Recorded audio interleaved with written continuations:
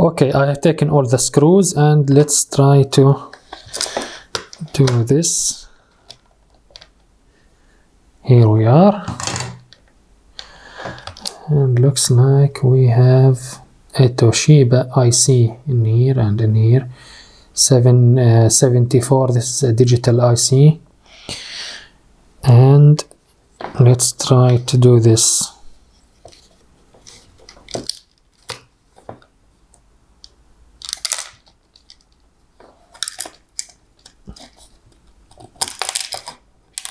Okay, taking everything off, and we are with the PCB.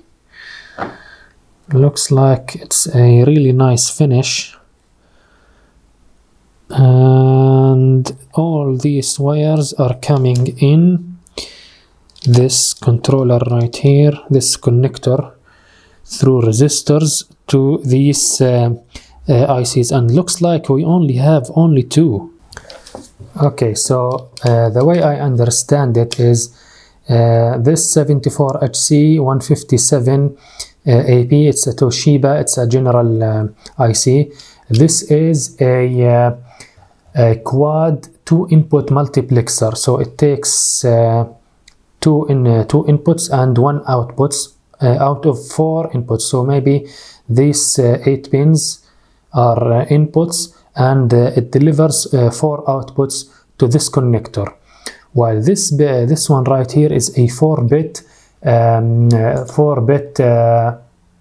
binary counter. So it takes ticks and it counts them and it delivers the output. So we were right by assuming that there is some kind of digital protocol or a single or a type of pulse that this controller sends to the PC Engine. With that software, the PC Engine is dedicated to read or programmed to read such a protocol and act accordingly. So we expected first that these simple 8 to 16-bit game console controllers to be something like a parallel operation where you press a button and it gives a signal, but looks like it's a little bit more complicated than that.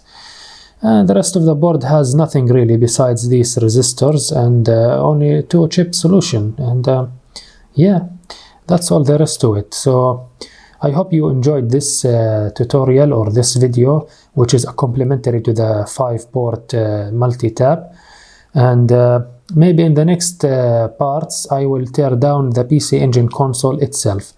So stay tuned and I'll see you next time.